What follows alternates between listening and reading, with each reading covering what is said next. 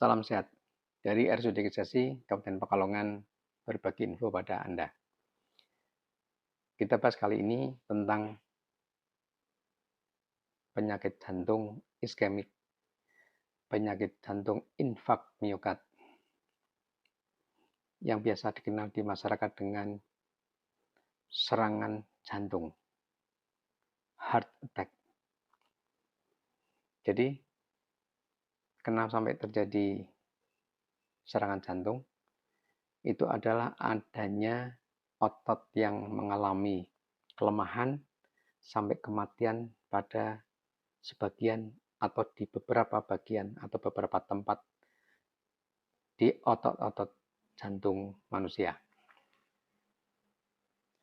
Peristiwanya adalah jantung, di mana sekitar jantung ini banyak aliran darah yang akan memberikan makanan pada otot-otot jantung. Nah, suatu ketika terjadi sumbatan, di mana ada satu pembuluh darah arteri atau di beberapa tempat pembuluh darah yang tidak bisa lagi mengaliri atau mengalirkan darah menuju ke otot-otot jantung yang akan memberikan makanan karena adanya sumbatan, adanya benda asing, adanya emboli atau benda asing yang dia mengalir di pembuluh darah yang sampai akhirnya terhenti di end arteri atau arteri yang semakin mengecil yang akan menuju ke otot jantung. Nah, akibatnya apa? Otot jantung yang tidak teraliri darah, maka daerah tersebut akan terjadi anoksia, kekurangan oksigen. Yang kekurangan oksigen ini apabila tidak terkoreksi dengan baik, maka kekurangan oksigen ini akan sampai menuju kematian pada otot tersebut. Yang tadinya hanya anoksia, terjadi iskemik, sampai akhirnya kemudian tidak teratasi dengan baik, terjadi kematian atau infak pada otot jantung tersebut. Kalau yang masih iskemik, masih hanya kekurangan oksigen, ini sifatnya reversible, masih bisa kembali berfungsi lagi dengan baik, di mana sumbatannya bisa dihilangkan, aliran darah melancar lagi, maka yang tadinya hanya anoksia atau kekurangan oksigen, dia akan kembali pulih, kembali baik, dan berfungsi lagi ototnya dengan baik.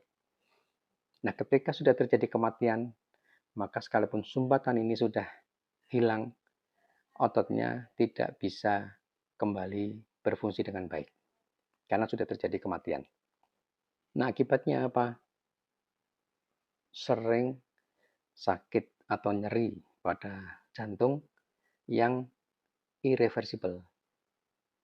Tidak bisa kembali lagi seperti semula. Karena sudah tadi terjadi kematian. Tanda awalnya apa? Adanya berat. Rasa berat di dada, seperti tertindih atau ditimpa benda besar, sehingga rasanya berat, tersengal-sengal, yang nyerinya ini bisa menjalar sampai ke bahu, kemudian lengan kiri. Bisa juga sampai ke belakang, ke punggung. Ada yang sampai ke daerah bawah ke perut. Penjalanan nyeri ini bisa tidak sama masing-masing orang, karena bisa individual sifatnya. Tapi yang utama adalah adanya terasa tertindih di dada, sakit, bisa tersengal-sengal seperti sesak nafas, yang nyerinya bisa menjalar ke bahu sampai lengan kiri maupun ke punggung. Nyeri bisa tidak lama, bisa kurang dari 15 menit, atau ketika nyeri untuk istirahat, untuk tiduran, ketika masih aktivitas, bisa sembuh.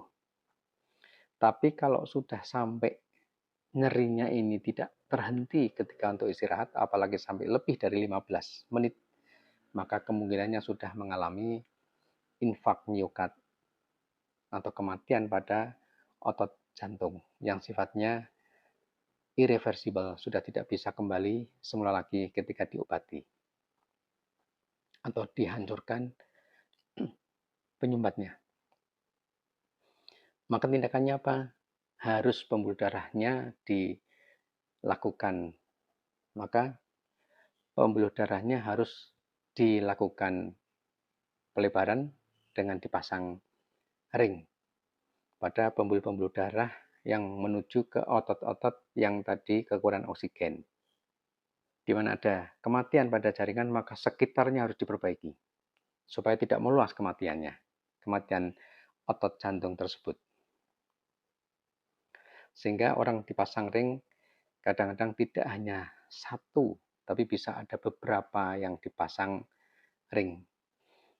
Yang pada akhirnya kalau hanya dengan pemasangan ring ini tidak bisa berhasil, maka akan dilakukan operatif, di bypass, dengan diambilkan pembuluh darah dari tempat lain yang akan dipasang di pembuluh darah di otot-otot jantung yang mengalami sumbatan tadi.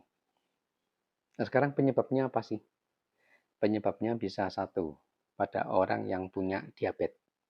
Yang tentunya yang punya diabetes yang tidak terkontrol. Sering naik turun gula darahnya.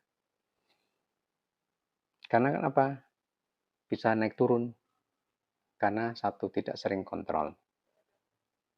Kemudian tidak mau teratur minum obat.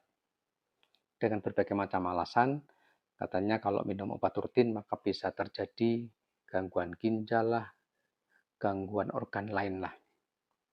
Itu pendapat orang awam yang kadang-kadang diiyakan oleh para penderita atau orang yang harus minum obat rutin. Sehingga tadi orang yang punya riwayat diabetes, yang gula darahnya sering naik turun, tidak terkontrol dengan baik.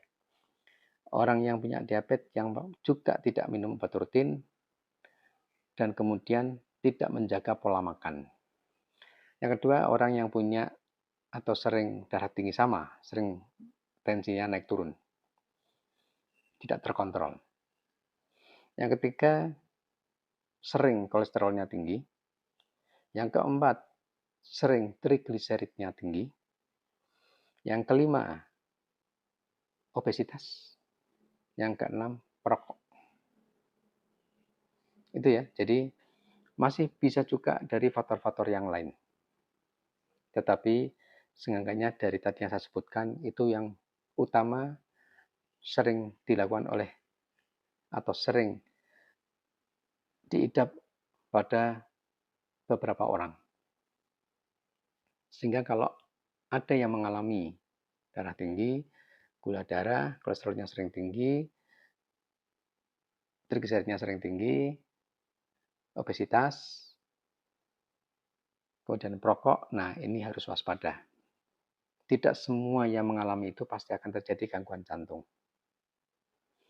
Tetapi waspada lebih bagus, lebih baik. Preventif lebih baik daripada sampai harus melakukan pengobatan. Jelas ya?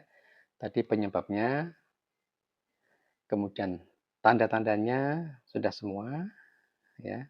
Nah, sekarang sebarluaskan info ini kepada orang-orang di sekitar kalian, di keluarga kalian, supaya penderita jantung ini tidak semakin banyak.